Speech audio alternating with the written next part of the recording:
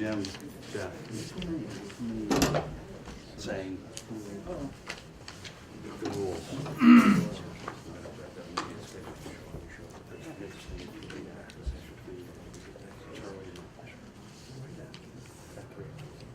Right here?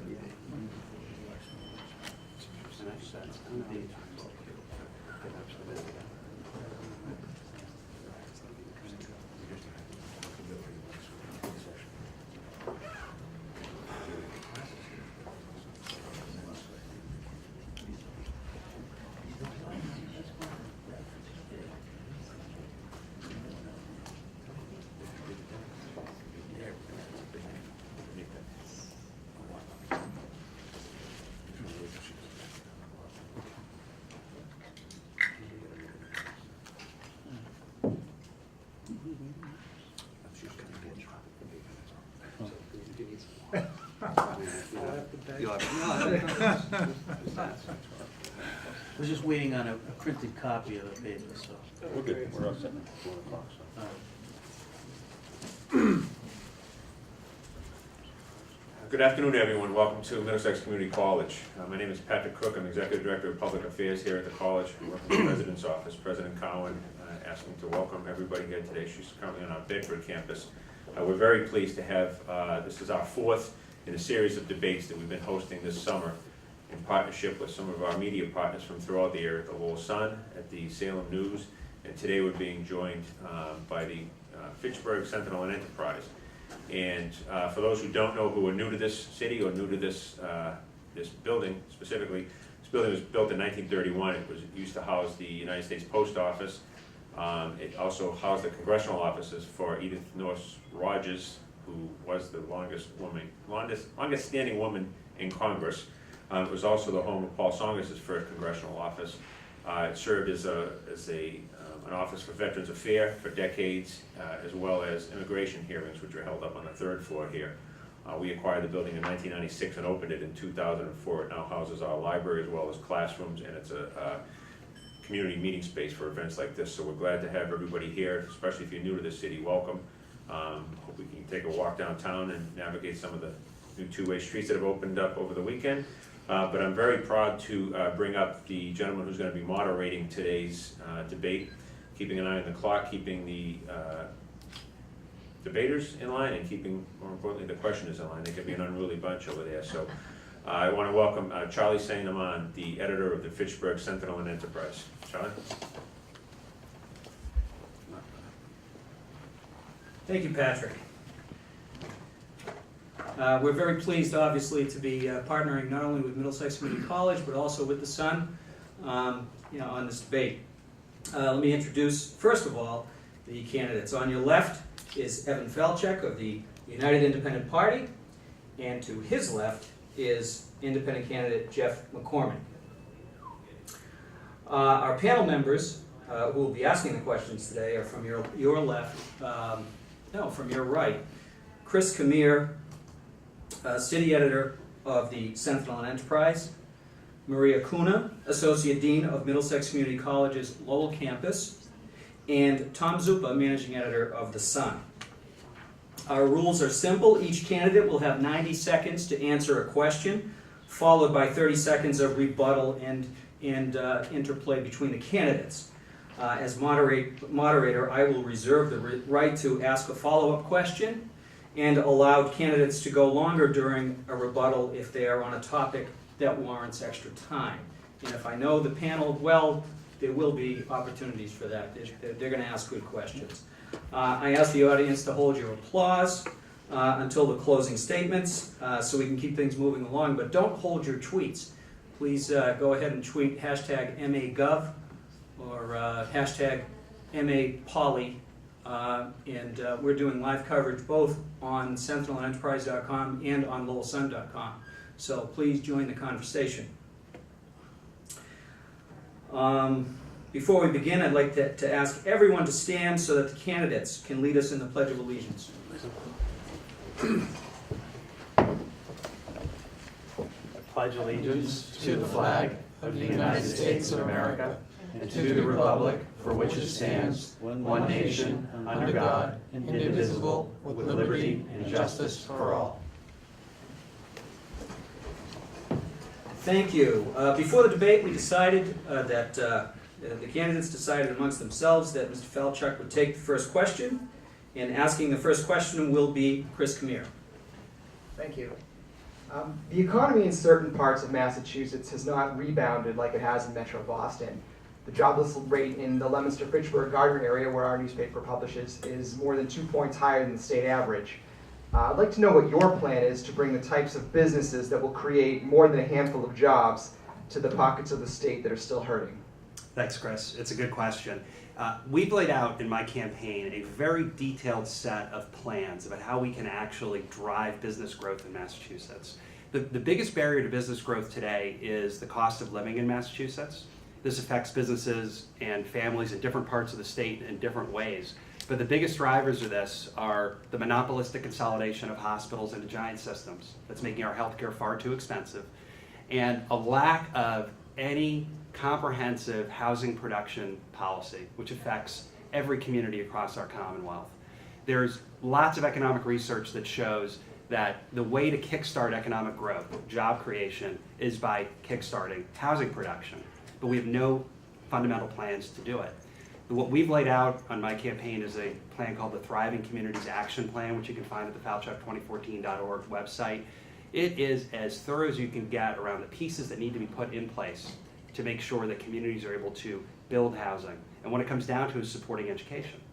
If you can go to a city like Fitchburg, where Mayor Lisa Wong has pointed out that funding education is crucial to the success, the future success of that community.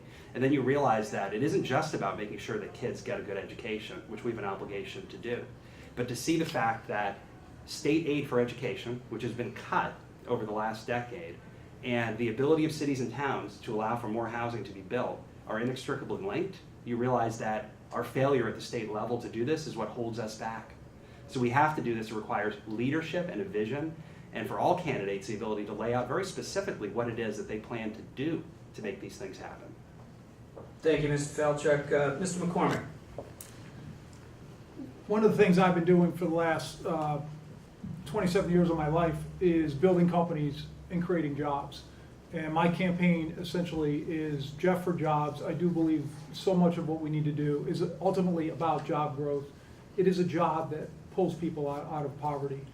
And in my campaign, having built jobs from small companies, which create about 80% of the new jobs, we look at the small companies and say, what are the impediments to growth? One of the major impediments, as Evan just pointed out, is the cost of healthcare. It's a huge issue with small companies. Another one is the cost of energy. We're fifth highest energy cost in the United States. That's very, very difficult for manufacturing companies. One of the other things that we need to do is simplify our regulations to make it easier for small companies essentially to get birthed and then to grow. And when you spend an entire career dealing with these kinds of issues, again, you know exactly where you need to go to fix them.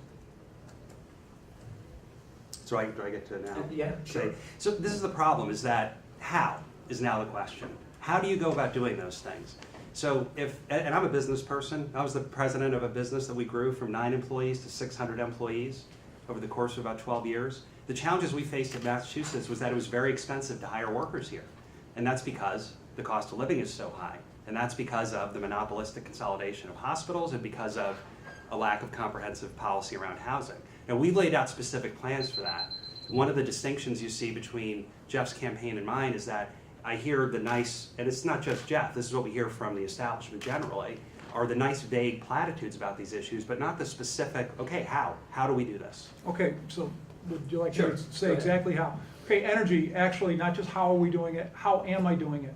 So we have a company right now that comes in and cuts hospitals, colleges, universities, industrial companies, cuts our energy bill down by about 30% by trucking in natural gas. That is a solution. It's not, and the good news is, it's not something that takes a lot of lawyers and cutting pipelines through tons of towns and all the resistance.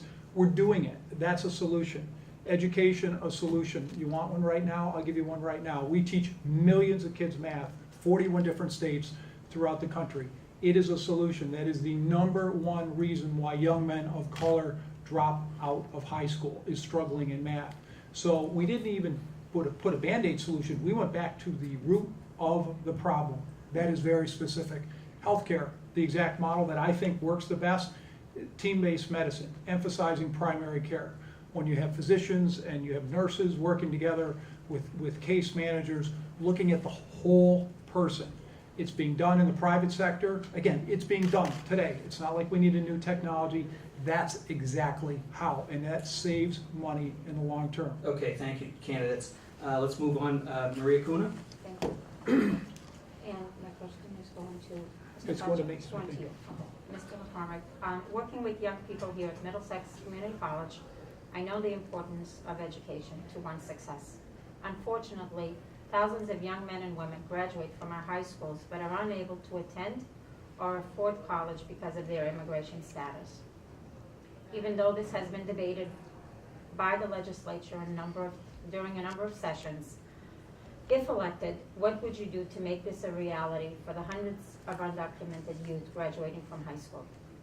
Well, I personally believe that in any society, the more educated your society is, the better off it will be. More educated people tend to be the job creators. And if indeed we're trying to create jobs, what you want is people to be as far advanced along as possible. So it makes perfect sense to me, and remembering, especially in community colleges, state colleges, and universities, the vast majority of these students are going to stay and live in our state. So I do think that they ought to be afforded the rights of other people here. And I very much believe in in-state tuition. People with the status you've described should get in-state tuition. They should also have driver's licenses. They should be treated with the dignity and respect that they deserve. You know, I speak Spanish. My father came here from Venezuela. I've been appalled at the way we've been talking about immigration, even in this election. Jeff has taken some positions that I find distressing around the issue of the migrant children. For cheap political gain, to be talking about these kids who have a need under a law signed by President Bush to get a hearing before we decide what their status is. And the federal government saying, look, we're overwhelmed, we need a place for kids to stay. And the governor, to his credit, said, look, if you want to house them on some of our military bases, you can. But what Jeff put out there was a lot of stuff about how they were going to be in our communities and how it was wrong. And you saw the rallies. There was a rally in front of the State House where people were chanting all sorts of what I would view as anti-Hispanic chants. And you see that, you're like, this is happening in Massachusetts. And you know why it happens? Is because we don't have leaders who are saying there is the right thing and there is the wrong thing. And using children, and especially migrant children in these kinds of situations for cheap political gain and for lots of likes on Facebook, and actually in the case, Jeff, of your Facebook page, you ask people to donate money on that basis, is unworthy of the people of Massachusetts. Well, this is something that it's very interesting how Evan is twisting a rally that I had, by the way, nothing to do with. I took the position that we need to think about our resources because we live in a commonwealth that our resources are constrained. And we need to look at where are we going to get the resources. And I've traveled throughout the state and I've talked to school committees and how stretched their budgets are. And I've talked to mayors and city councils and people who are saying, we're just, you know, there is so much need out there. And I give money to homeless veterans on my way walking to work. And by the way, I support a ton of organizations with my wife. And this was such an orchestrated, politicized event, if you will. And remember how quickly it went when they realized, oh gee, there is real pain out there that we're not addressing. And there are a lot of people who work for wonderful provider organizations that were absolutely stressed that they're not getting the resources to do the work they're trying to do, and yet we're willing to take on other multi-billion-dollar issues. That was the problem. This wasn't about trying to do something that was some orchestrated, politicized event. I mean, give me a break. Jeff, you willfully chose not to be aware of what it was that was going on with this policy. It was never going to be the cities and towns paying for this. This was the federal government. Never. They were going to be on military bases. And leaders should be able to go to people and explain to people what's really going on rather than use confusion for cheap political gain. It's not leadership. It just isn't. And people will take advantage of it because there's plenty of people who are inherently bigoted in some way, who love to take advantage of situations like this to hold rallies like that. Leaders should be the people that go to people and calmly explain to them, listen, there was a law signed by President Bush that said that migrant children unaccompanied need to have hearings. And there was an overwhelming number of them that showed up at the border. And to comply with the law, we need to be able to ensure that they get those hearings. That should be the beginning and the end of it. Now, it was unfortunate that Governor Patrick decided to compare it to people escaping from the Holocaust. That didn't help. But I'll tell you what really inflamed things were things like what you posted over and over again on your Facebook, the statements you put out there, talking about these migrant children and saying, and look, I know you had said you would adopt a couple of them. I mean, it is one of these things from the standpoint of the morality of the issue, we should be able to look to leaders and say, they're going to level with us, they're going to tell us what the deal is, and they're not going to play games with children's lives. Okay, a brief, Mr. McCormick, if you have a brief reply to that. Yeah, Yes, very brief. again, the spirit of everything I've done and all the giving, and you look at the needs we have around here, I think you're the one who's actually turning this into a bit of a political football. Hey Jeff, And- I got to call you on this because the whole situation is bigoted, frankly. And I'm not saying you're a bigot, but the way that people have gone after migrant children that are Hispanic has to be called. And I'm not using it for political gain. I'm talking about this as a human being, as a voter, as an American who sees people being mistreated by people in politics. And you're using it for political gain when you post Facebook after Facebook after Facebook and saying how you've got 700 likes and please give $5 to help support the cause. And willfully, as you're doing now, being ignorant of what it is that was actually going on and what the policy was. So what I'm doing is just doing what not enough people do in politics, is calling it for what it is. It's just, this is what it is. You're using it for that purpose. Okay, we're going to move on. Tom Zupa. Hey, good afternoon. Question for Mr. Falchuk. We keep seeing increasing numbers of incidents and crimes and police actions involving those with mental health issues. What do you think of the state's mental health policies and infrastructure today, and how would you change that? It's tragic what goes on, and for a number of reasons, there's both the stigma of mental health, which makes it more difficult for people to seek out that kind of care, and there's a lack of funding. There's not appropriate funding for these things. I think that's very clear. When you think about mental health, the Department of Mental Health during Governor Patrick's administration is down 1,000 workers. Now, we have a government that likes to talk about how it prioritizes the issue of mental health. We don't see that in the actions that it's taken. So we have to consider mental health as any other health issue. Any other health issue. I come from the healthcare business. There's a whole person, and they've got all sorts of other things going on. For some reason, for historical reasons, people view mental health as not being connected to a person's physical health and well-being, and it needs to change. So from a leadership perspective, you need people in government that are comfortable talking about issues of mental health, that want to lead around the issue of making sure we've got sufficient resources available to deal with it, and are willing to call out the establishment for its failure to live up to those promises.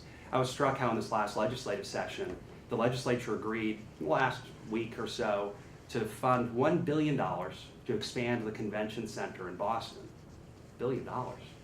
Now, we hear from so many people that are advocates for lots of causes, including in mental health, saying that they're told by people in the legislature there isn't money for things.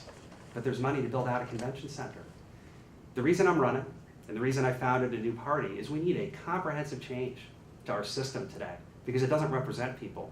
It's tied into representing moneyed interests and doing favors for those folks so that you can keep those jobs. It's wrong, and it's what has to change. Thank you. Mr. McCormick? Yeah, mental health is real disease, and for too long we've been treating it as something else. And what we need to do is, in fact, treat the whole person. And what we've found, and there are studies out there, that if we stop the resistance to mental health treatment, I've heard people joke it's easier to get someone into an Ivy League school than it is to get an insurance company to pay for their mental health. You know, that's kind of a sad joke. We will save so much money with the better outcomes for that individual that it essentially pays for itself. But we've gone so far in this healthcare system on resisting it that, you know, that we basically have to reinvent it and take a big step back. So I think the benefits are absolutely there, just like they are with areas like incarceration reform. The savings are there to society, and it's the right thing to do. We have another 30 Sure. seconds here to keep going. So one of the other things to add is when you think about education, we in many ways have an educational system that not only is it underfunded, but it needs to be funded differently because there are communities, especially ones that are heavily Black and Latino, that are facing issues of mental health at rates that are far higher than communities where people look like me.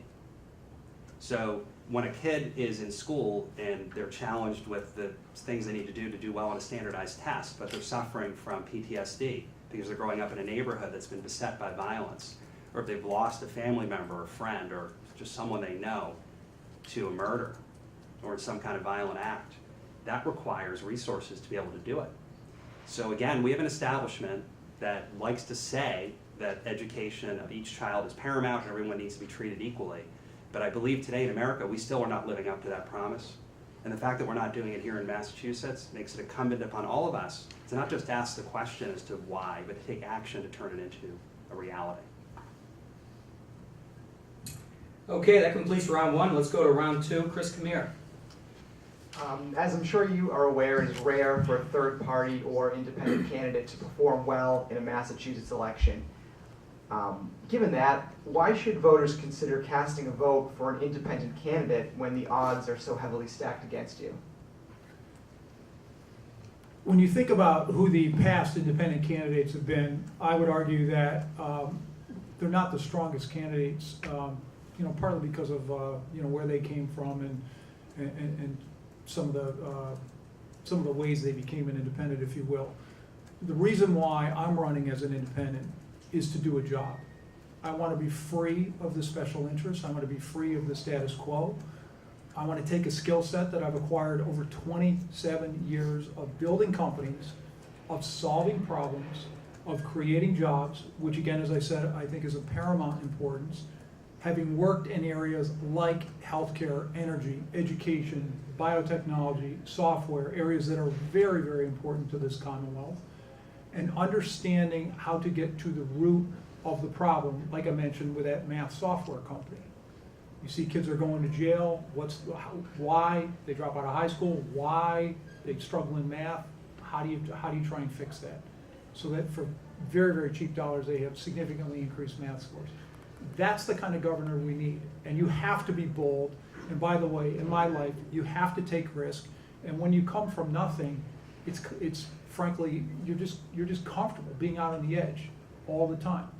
Also, as an independent, it is easier to govern because you're not spending all your time raising money for your party or trying to get this rep elected or that senator elected. You're able to make the best decision for everyone in the Commonwealth and do the right thing. That's why I'm running.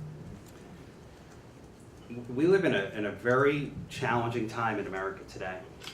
People have lost confidence in the institutions that we've been in history able to look to and say they're able to deal with our issues. In Massachusetts, the majority of voters aren't enrolled in one of the parties anymore.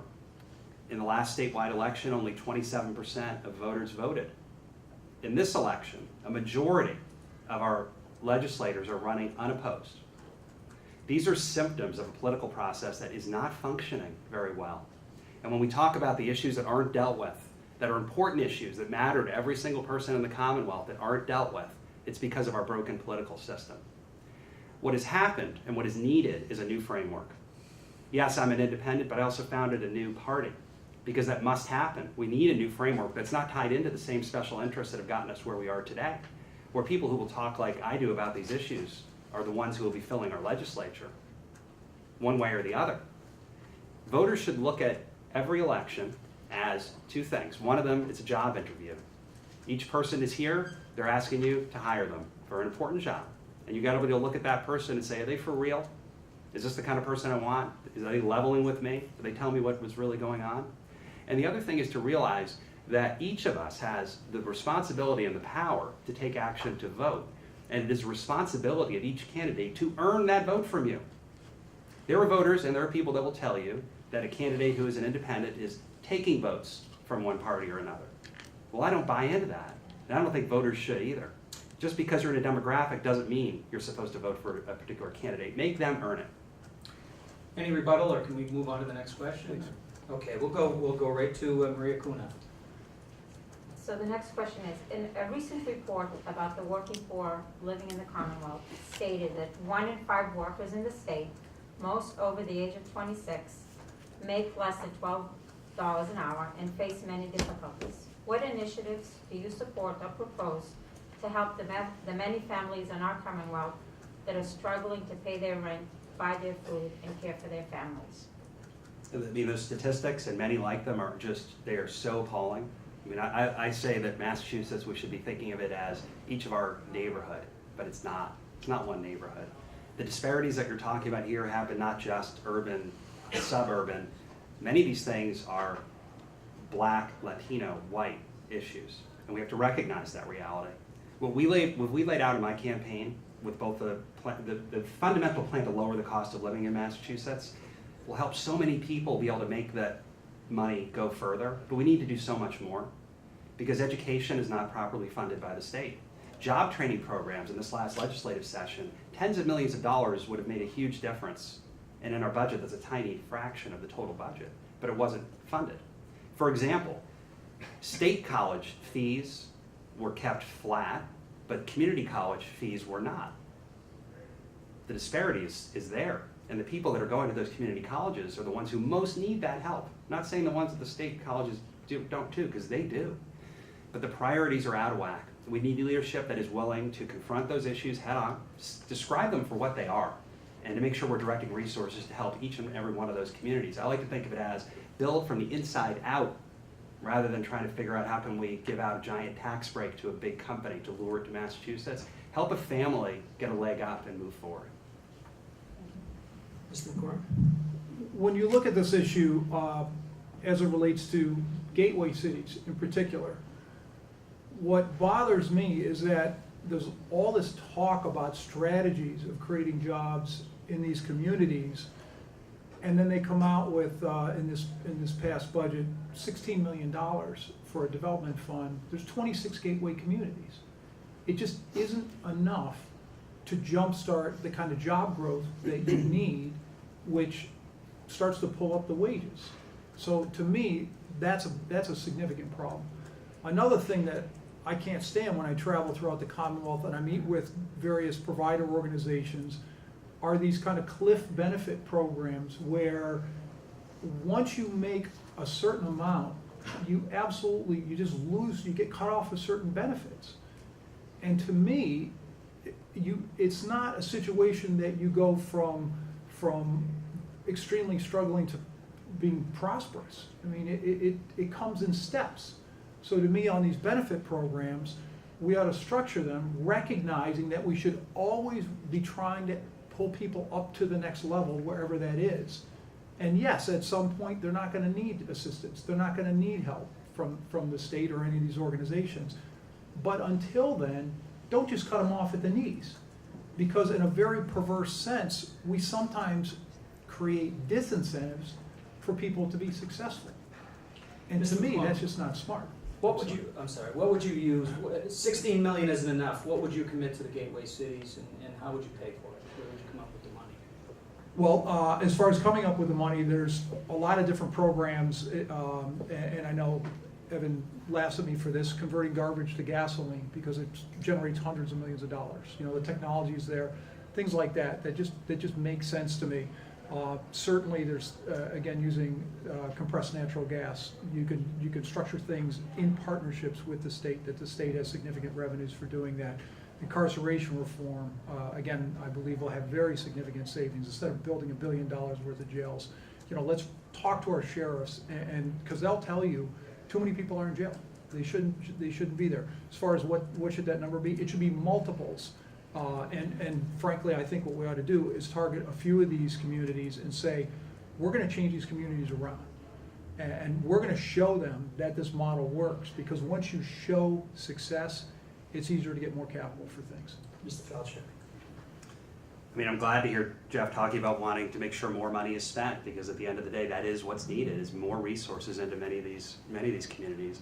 There's probably at least $1 billion that needs to be spent to bring our educational spending right up towards where it needs to be if we reopen Chapter 70.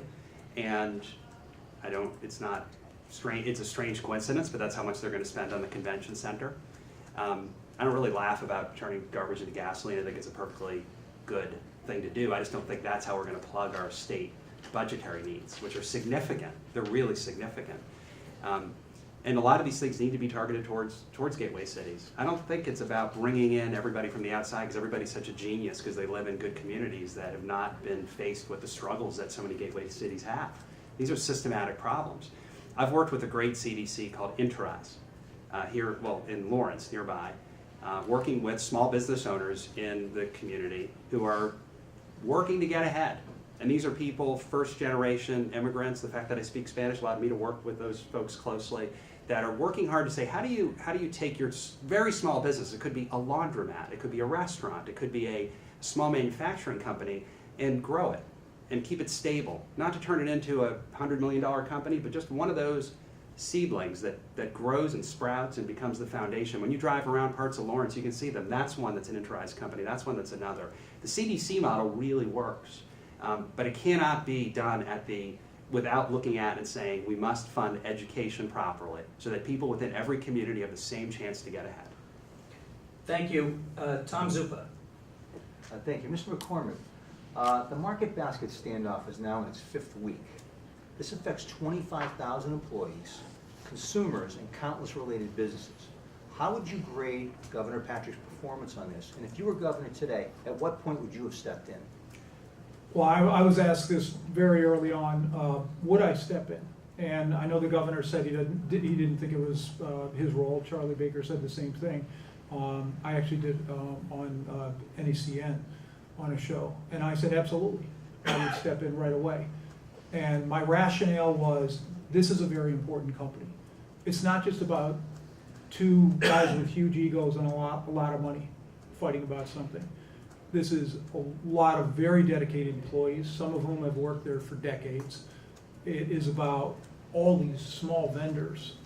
It is about the consumers who are counting on this chain because of their pricing. So it's not just 25,000 people. I mean, it is a huge number of people that this affects. And by the way, there is an extraordinary amount of value and goodwill that is just evaporating day by day. So now you can't force yourself upon them in that situation, but I know all kinds of financial tools that you can use to try and drive people to an agreement. And remember, my whole life I've been working with small companies. Typically they have these very, very large, sometimes overbearing customers and Fortune 500 companies and partnerships and such. So I'm used to these dynamics that are difficult, and I think he should have, again, stepped in very, very early on. This is not just any company with a couple of cousins arguing about something. Mr. Felcher. I'd give Governor Patrick about a C on this, and I know it's a little bit early to be giving out grades, but it's all right. I'm running for governor. I'm going to give him a C. And I'll tell you why. A few reasons. One of them is, yeah, the governor does have a role to play, especially given the importance of market basket. He early on was saying, I don't think I should step in, and was facing the trouble that he had stepped in other corporate disputes around union organizations where he had encouraged state workers not to frequent hotels that were struggling with union organization. So you can't have it both ways. Say the governor doesn't have a role except when, right? That's not good. And I think the other one was one of disclosure, which again is part of my problem with the establishment, is that the governor's well-intentioned in this, and I don't think there's any underhanded dealings going on, but the truth is that his wife is a member of a law firm that represents the board on one side of the deal. And it's a fact, and I think disclosure would have helped if he had just said up front, look, by the way, there's nothing going on here, I just want you to know, and then people could look at it and they would know, but unfortunately it doesn't happen. And it is the kind of thing, because people hear about it and they say, oh, this isn't right. And once again, the foundations of what it means for people to have trust and faith in our government get eroded away. Because I think that the governor may not be doing it just because he thinks it's the right thing to do. We need leaders that want to be transparent and open so people can know what they're about and what their deal is. And it's something that's been missing too often in our politics. Any rebuttal? Okay, we'll move on to round 3, and Chris Camille. An energy company is looking to build a pipeline that would carry natural gas from the New York border across the state to Drake it. Many homeowners and businesses are concerned about the impact it will have on their properties. Do you support the pipeline? And if you were governor, how would you handle negotiations with the company that's looking to build it? I'm against the pipeline.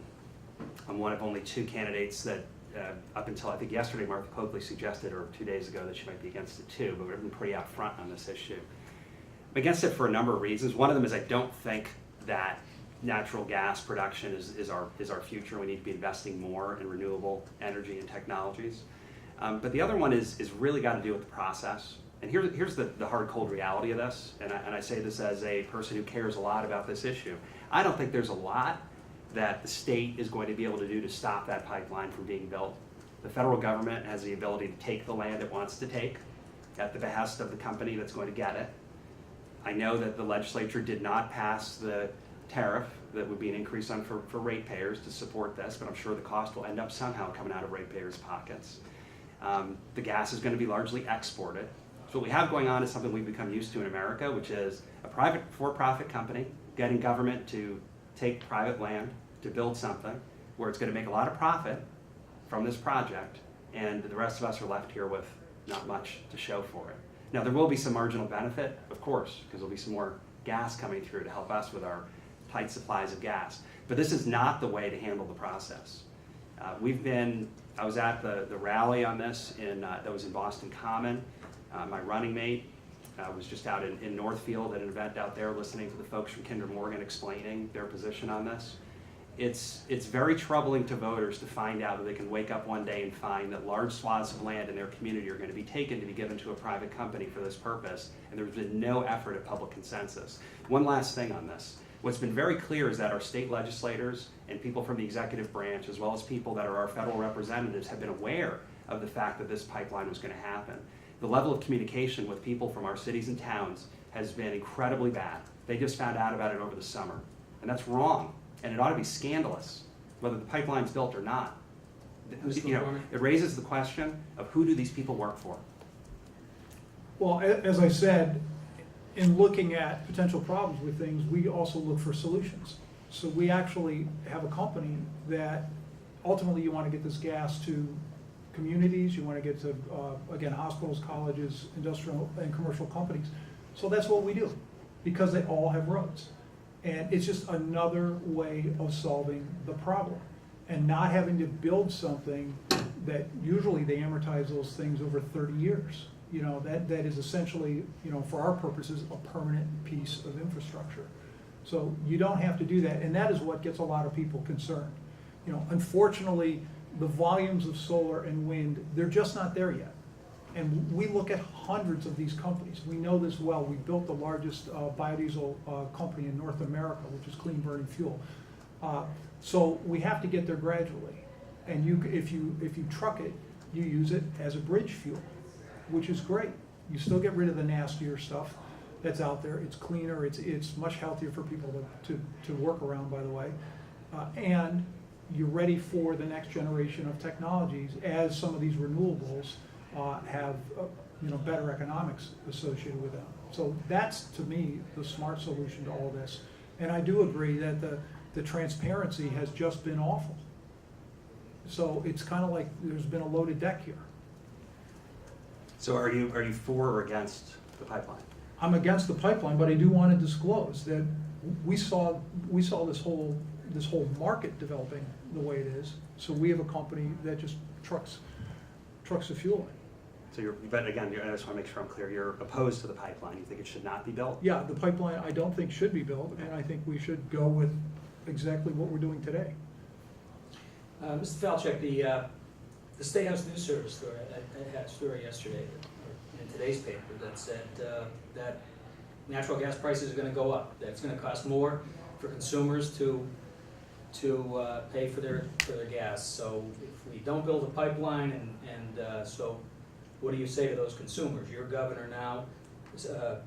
Natural gas prices, which a lot of people have now because they wanted to convert from oil. What do you tell them? I tell them exactly this, which is that this is exactly the problem. We're already over-reliant on natural gas in Massachusetts. Over-reliant for energy generation, for home heating. So it means that when price spikes like this happen, and they will, make no mistake, everybody is now footing the bill for it. Someone's profiting on it, but these price spikes do happen. So the urgency of the need to transition our economy into one that's more resilient, more diverse from an energy perspective is really, now is the time. This pipeline ought to be a wake-up call. You know, when you're doing hydraulic fracturing, and I know the technology is there, it's sort of, you know, the back end of the fossil fuel-based economy when you start trying to figure out how do we scrape out the last amounts of this stuff. And it has created a profusion, an incredible amount of new discoveries of fossil fuels. But it just further kicks the can down the road, which is what we've been doing. So those consumers have to recognize the reality that we have state policy that is not geared towards comprehensively making our energy generation infrastructure more resilient, diversified, and distributed, which is what natural gas does not present to us. Anything further? Yeah, Evan, you can't forget about cost, though. That's the one thing. You know, it would be great if we could be 100% renewable, but if our energy costs went up tenfold, that would probably not be a good thing for anyone in Massachusetts. So you've got to look at both, and you've got to have the balance. And I think the problem with a lot of people with your mindset is you believe that all things are equal. They're not. And this isn't just a subtle kicking the can down the road. We have a 200-year supply. That's going to outlive everyone in this room.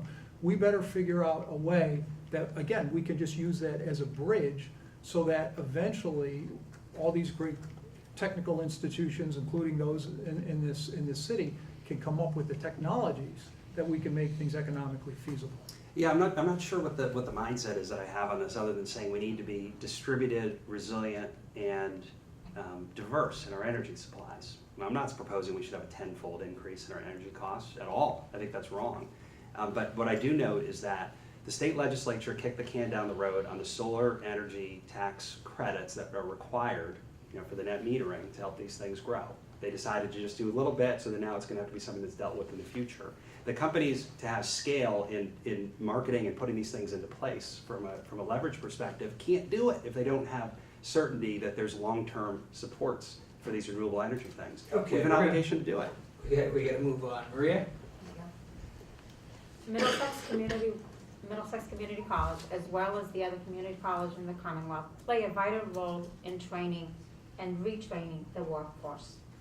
If you are elected governor, can you share some of our ideas of how your administration would create access to employer partners and generate more collaboration between businesses and the community colleges in the Commonwealth? I think partnering with business is imperative. When I talk to businesses around the Commonwealth, so many of them say, Jeff, for them, it's not an issue about jobs growth. It's an issue about having people that can fill those jobs.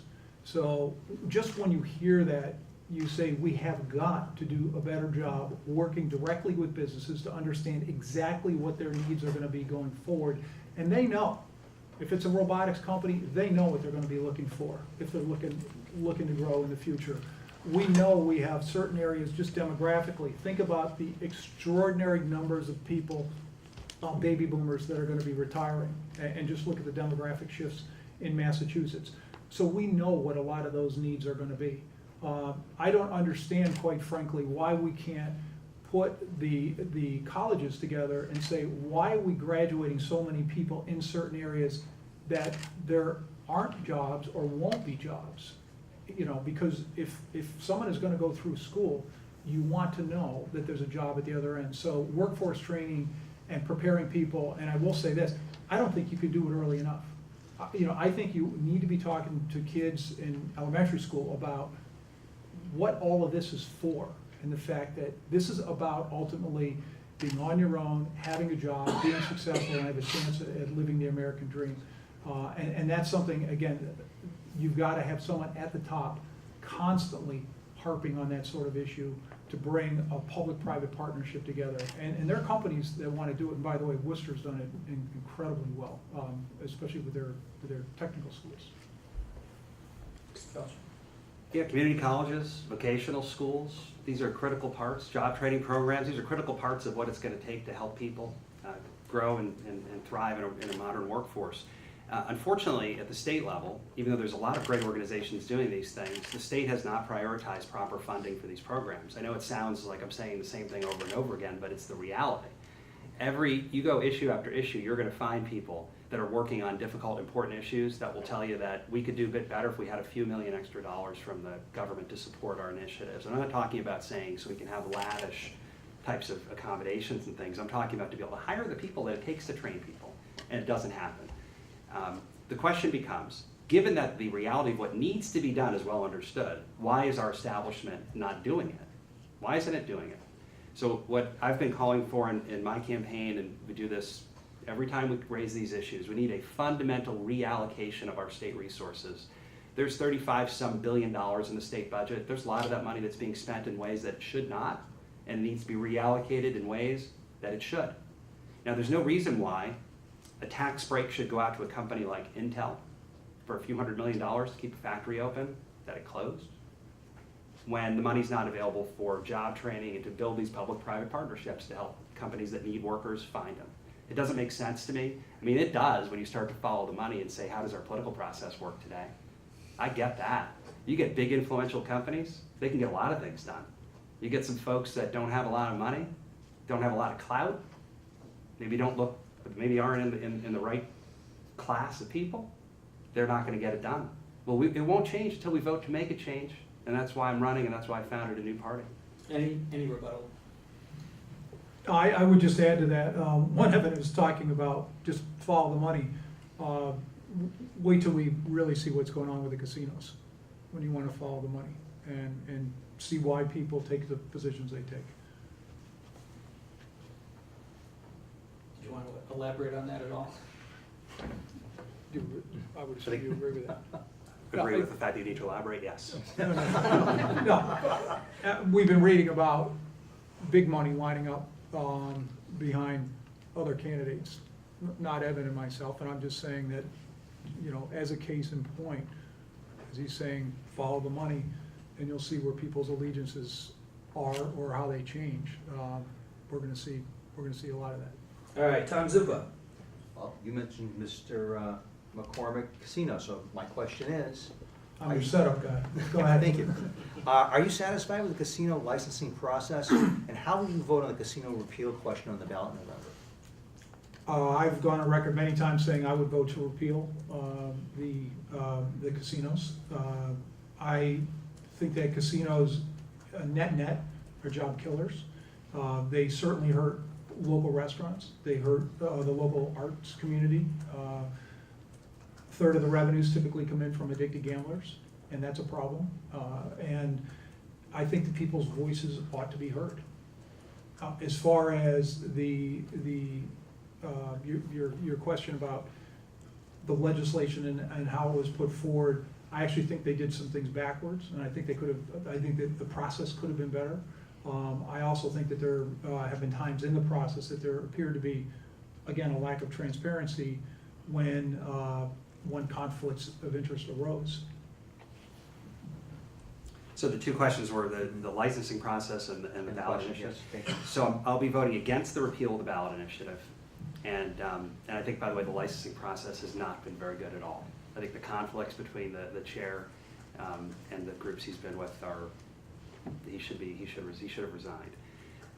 The reason I'm voting against it is this: we live in a democracy, and the legislature passed a law saying that there's a framework for how we'll decide whether we're going to have casinos in Massachusetts, and that will be left up to the cities and towns to vote on how they want to act. And the cities and towns voted. And as everybody knows, there were so many hard-fought battles in those cities and towns around this issue, and some communities said they wanted to have casinos, like at Springfield. Others said they did not. So that should be the end of it. What has become a problem in America today is that one side wins. I mean, for democracy to work, one side wins, one side loses, and then we go forward together. What's happened in America today is one side wins, the other side loses, and then it does what we've seen happen in Washington. The one side says, oh, well, you know what, maybe this law is just unconstitutional, and we'll sue against it. How about the Affordable Care Act, Obamacare? And then for the last 4 years, essentially, the federal government has been stuck because our democratic process isn't allowed to move forward. I worry about what will happen in the future of our country if we aren't able to, from a democratic perspective, just make decisions and move forward. And I think it is incumbent upon us as leaders to say, this decision was made, and it's time to move on. Anything else? Any rebuttal? Yeah, the only thing I would add is the people resisting this feel like the goalposts have been moved on them, and they have. So a fixed process has not been a fixed process. And that's why this one, I think, is just broken. But we certainly cannot manage the state going forward by referendum. When did the goalposts move? Well, after the initial votes and deadlines and everything else, they started to change the deadlines. They started moving deadlines back. So the people resisting this have a very, good argument. I guess they moved the deadlines to, I'm not in the debate, I might not even, Come on in. I don't know if I should be in on this, but they moved the deadline to give communities more time, to give companies more time to, really to be more deliberative than. Certainly that's what they're claiming. Okay. All right, let's go to round 4. We're doing well here on time. Chris Camille. All right, simple question. What do you think is the biggest waste of spending in state government? Is that for me?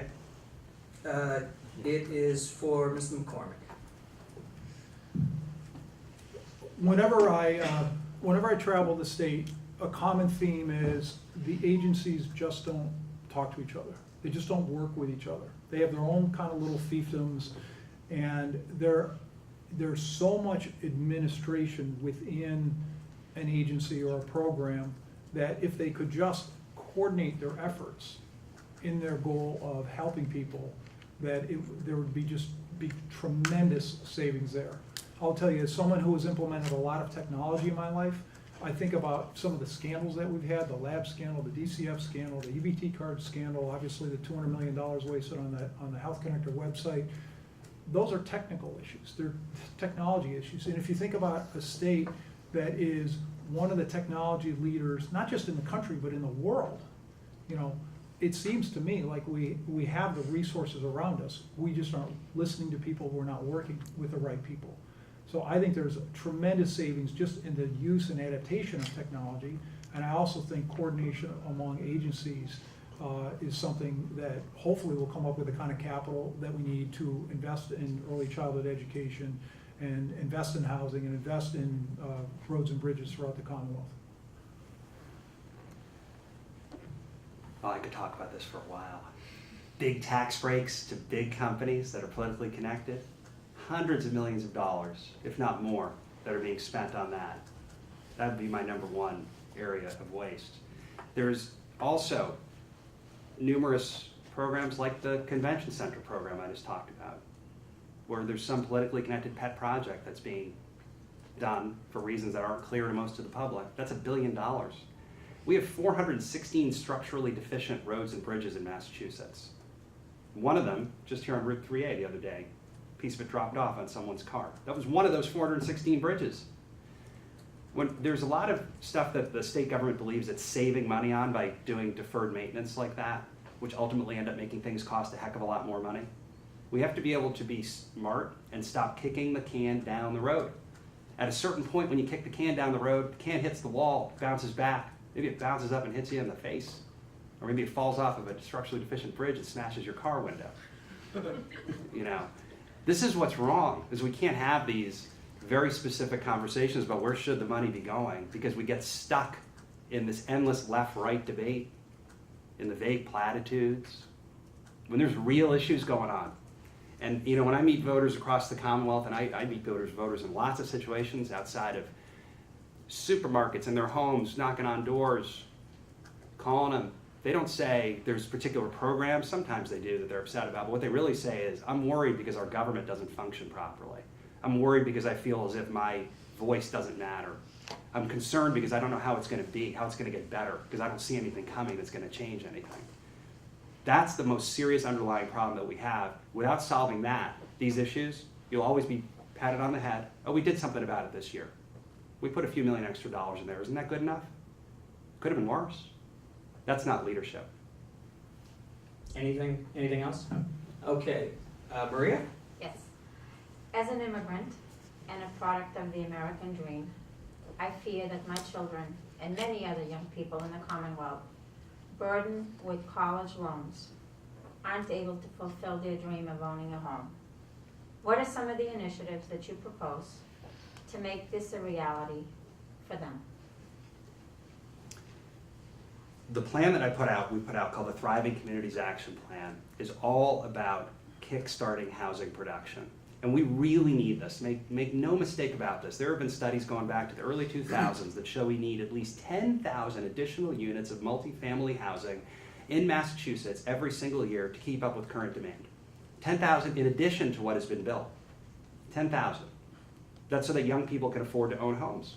There's so many young people you talk to, as you point out, that the idea of home ownership is sort of like, yeah, right. How's that ever going to happen? We have never had, in the years that this has been known, any kind of comprehensive state housing production policy. None. We have nice words. Governor Patrick has said, hey, we need to build 10,000 new units, just like I just did. But then they walked it back and they said, well, just 10,000. Not 10,000 in addition, 10,000. But no plan. There was a law, there was a bill in the legislature to change zoning laws, which are really old. And advocates in this area will tell you that law was going to bring them up to the 1980s. It's kind of cool to get up to the 1980s. 80s were good in some ways, right? Van Halen, I mean, you know, but they're trying to update just the 1980s. It didn't pass. They've been trying to do this for more than a decade. It didn't pass. So the cost of living keeps going up, and it's affecting people at the lower end of the income scale. It's affecting young people. It's affecting older people who are living in homes that they want to be able to sell or maybe move to some place that's smaller.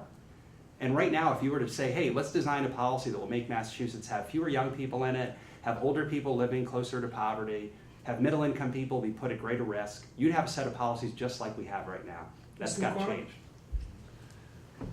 Well, as far as embracing an immigrant population to begin with, 61% of the new companies formed in Massachusetts are by first-generation immigrants. We have hundreds of immigrants in our different portfolio companies doing all kinds of different jobs. And so we need to recognize that we absolutely positively, thank you, need to embrace the immigrant population. Both of us, we're descendants of immigrants. It's whether you're second generation or first or fifth, that's what we're made of. So to me, this is not just an immigrant issue. I mean, this is an issue for all kinds of young people. I had to save until I was 39 years old before I could buy my first piece of real estate. That's how expensive, Massachusetts was compared to where I came from. I mean, that's a long time for a lot of people. So I certainly understand the issue, and it is about allowing, especially with the millennials now, because there is a movement to re-urbanize, which is actually a very good thing. So you can have denser housing, you can have walkable cities. It's easier on mass transportation issues as well when they're denser populations.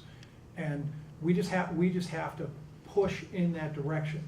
And the legislature can't keep dragging their feet on it. I mean, that's just all there is to it, because it's where society wants to go. Yeah, and one other part of this is think about the creative arts, because in places like Lowell, where neighborhoods have become gentrified and rebuilt because people have provided creative spaces for people to come, these are really good things, and artists tend to be the pioneers that move into these places in the first place.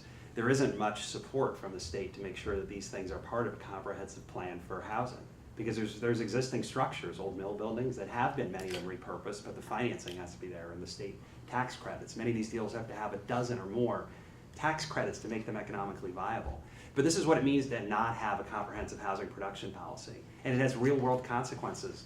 So when I encourage voters that they've got to vote, and I know that everybody here will be voting, but for those that are listening on Twitter and on all these cameras, vote, because it matters. This affects your life. This affects every single one of us. When our state does not have policies in place to make sure people can afford to live here, they won't be able to afford to live here, or those with money will. And that's exactly the opposite of what America is supposed to be about. Tom Zupa. Question 4. Question for Mr. McCormick. Okay.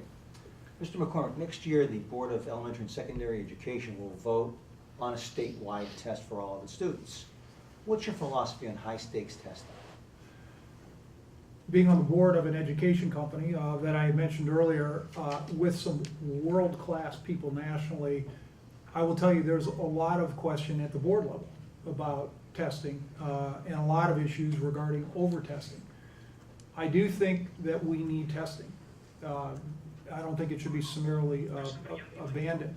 However, I'm a strong believer, and largely because of my working on this board for many years, that we need to figure out ways to empower teachers better than we are. A great teacher is the #1 indicator of whether or not someone's going to have a good education. It is about the teachers. And there is a certain element where there's just over-testing, and there's just too much time and too much emphasis on the tests and too much time being spent teaching kids to the test instead of teaching them how to think and how to be courageous and how to be leaders and how to be resilient, how to fail and come back. Those are the most important lessons, not just how you did on one specific test. And there has to be a balance. And quite frankly, I don't think there is a balance right now. And I'll tell you, just for the sake of this conversation, on our board, and these are some of the best, there's a real debate about the Common Core. And there's some pluses and minuses with that as well. So I don't think we have, as a society, figured that one out well. Yeah, look, my wife Felicia and I have 3 kids who are in the public schools near our home. They're 14, 11, and 7.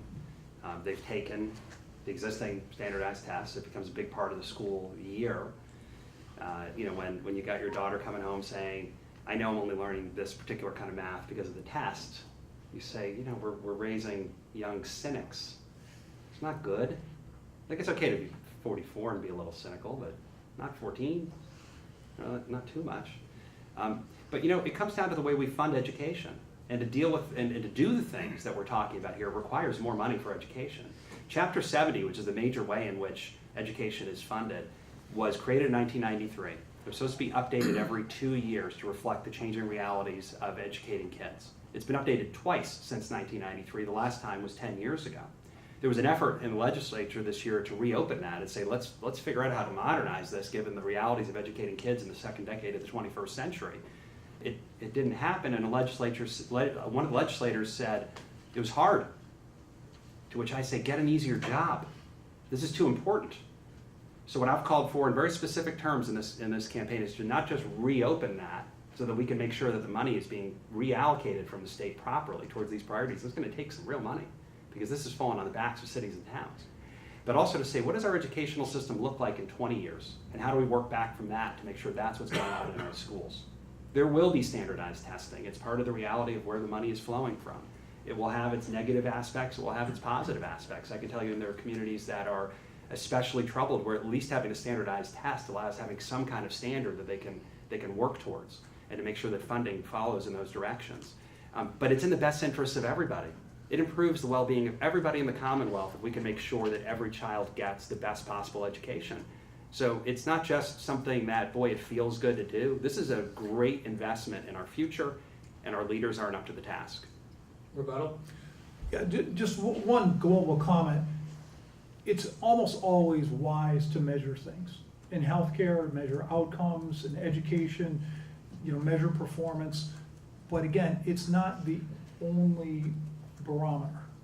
The one area that you find very little measurement is government.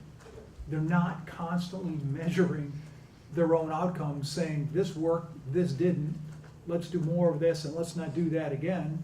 Why? Because it's so political that they almost don't want to know the answers. I just want to add to this because this is one of the challenges, because Jeff has recently proposed that we've got to cut the state income tax in a world in which, as you've pointed out in numerous ways, we need more money to go to these programs. You've said you want to make sure, I guess it's through attrition, that 5,000 jobs at the state level go away. So there's a mismatch between the things that you're saying about the need to do these things and with the policies that you're proposing during this job interview. They don't match up. Well, actually they do, because if it's through attrition, natural attrition, it's as people are leaving, because we know there's so much waste within a number of agencies. But we also know there's many other ways of saving hundreds of millions of dollars within just the way government runs, which can go into these other But programs. so attrition is sort of, I mean, it's just people, when they leave, they leave. So we don't know where they're gonna leave from or how. So it's sort of like it'll work itself out, which isn't really, to me, a very good business strategy. But think about what's happened over the last decade. And yes, there's been more people hired in state government, which you pointed out. Department of Mental Health has lost 1,000 jobs. Developmental Services lost 1,000 jobs. Military Division, including our National Guard has needs. The Department of State Police has lost 200 jobs. Victim and witness assistance. If people leave those departments, are you saying don't replace the people at the state police, victim and witness assistance, developmental services, mental health? No, I'm What's not the saying, plan? I'm not saying don't replace any job, because in fact, when I came out with a statement, I said clearly there are gonna be some jobs that need to be replaced. But there are very definitely jobs that don't need to be replaced. So which? Were you around for any of the probation department, So hearings? which jobs? Did you hear about, specifically, did you hear about how those people are hired? And the Yeah. fact that jobs are political currency. Right. You've gotta understand that. So if you which can create jobs? 10,000 jobs, If the Developmental Services Department is down 1,000, in other words, they need more. Do you want to hire more in that department or not? if they need to be hired in that department, they need to be hired in that And department. Department of Mental Health, Health and Human Services, these are elder affairs, veterans affairs, these are all the things that don't get funded. That you're saying, well, by attrition, we'll save all this money. This isn't a strategy. Well, okay, so I can tell you right now, in DCF, there's a way of finding 20% more time for everyone by changing a regulation. But then by attrition, you'll get the right number of DCF employees. I mean, you got to be able to So- say, these are the people I'm going to take out, and these are the ones I want to keep. Which DCF I is will be actually, able to say, having run DC as many companies as I have, Yeah. I'll be able to say that, and I'll be able to use technology. DCF is actually down 55 employees during the course of the Patrick administration. So, again, when you look at these things, the numbers just, they don't add up. I mean, they just don't add up. And voters have a right to expect that if you're going to lay that kind of a plan out, it can't just be, oh, well, the employees will just leave. I mean, what do you do if 50 people don't like the new technology at DCF, or if a bunch of people in mental health decide they can get a better job somewhere else, or if a number of police officers decide to retire because the timing's right? I mean, this isn't really a plan so much as it is a nice, it's what we've come used to. It's like a political stunt. You get the likes on Facebook, but it's not a real plan. And that's what we need, and that's what makes voters so dispirited by our political process. It's, hey, we'll cut taxes. And then people say, yeah, cut taxes. Let's go cut taxes. Rather than saying, what's our real plan to solve the serious problems we face? That's what's missing. Last comment. Yeah, I think you can right-size government. And I've done it in companies, and I don't think most people believe that government runs as efficiently as it should. And most people don't know where those 10,000 jobs went, and Well, it's here. I can show you, because the state comptroller has a nice website that you can go to, and it actually lists. You can go and you could put in 2007 to 2014, and you can see exactly department by department how many jobs. Yeah, but we don't know what they're doing, is my point. Well, you can drill down even further. Actually, I know you can't get down to the level of each individual, but, Right. Well, but what I'm that's saying is, the whole point, though. This is well, about then how can you individuals. propose that 5,000 jobs could be eliminated? And you say that the information is not available. I'm holding it. I mean, I'm happy to. I guess I could tell you the URL, but you can find it. Okay, gentlemen. Yeah. I think you both made your points on that subject, and and that concludes the question and answer portion of the debate. Thank you very much, panelists. We will now move on to a 2-minute closing statement from each candidate, and we'll begin, because we began with Mr. Falchuk on the questions, we'll begin with Mr. McCormick, please. I entered this race because after having essentially lived the American dream, 52 years old, I said, how can I put back? And my wife Christine and I said, this is an opportunity to affect millions of people.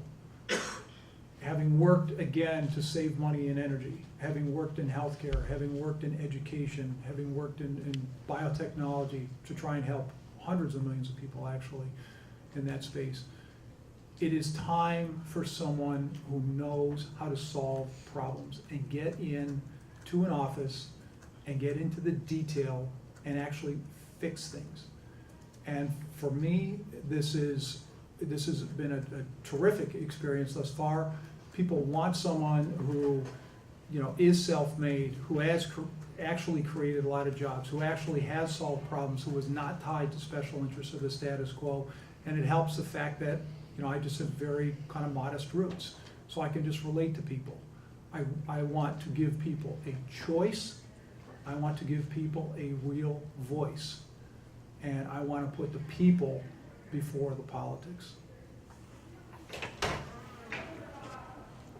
First of all, thank you for hosting this debate and for the opportunity to present. I hope we get many more opportunities like this over the course of the campaign. This is a really important election, and the reason I'm in it is because I'm a voter who has become tired of an establishment that I don't believe takes people seriously. I don't think it treats people seriously. I don't think it's going to change until we don't just go and elect another governor, another person who says, hey, I'm better than everybody else, but rather that we create a new framework to have all kinds of new independent people enter into our political process, and to finally break free of the tired old left-right, Democrat versus Republican debates. The United Independent Party, which I founded, is based on some very simple ideas. It's that everybody is equal, everybody's civil rights have to be protected, and the government must spend taxpayer dollars wisely. And they are taxpayer dollars. This is what's needed in our politics, because most voters will tell you, yeah, I agree with that. But they'll also tell you they don't think the establishment represents that anymore. It will only change when we vote to make it change. So yes, I grew up here in Massachusetts. I've been a business person. We grew a healthcare company I was the president of from 9 employees to up over 600.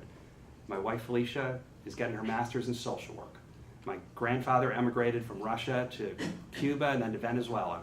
He was fleeing, he would have been classified probably as a migrant child. He was turned away from this country. Ended up in Venezuela, built a business, lived to be 101. And his story is one of the great inspirations of my life. But he sent my father to come live in this country. He was able to be successful and do these things because of what we have had in America. So much of that promise is not available to others. It must come back, and it will come back when we, the voters, vote to make it that way. Thank you. Thank you, candidates. That concludes our debate of the independent candidates for governor. We thank candidates, our panel, and our audience. And the candidates will be available after in the lobby if you have a follow-up question for them, and I'm sure they'll spend some time. We're going to be clearing the room, and we're going to take a break until 3 p.m. when sound editor Jim Campanini takes over my spot to moderate the debate between Republican gubernatorial candidates Charlie Baker and Mark Fisher. Thank you. Thanks, John.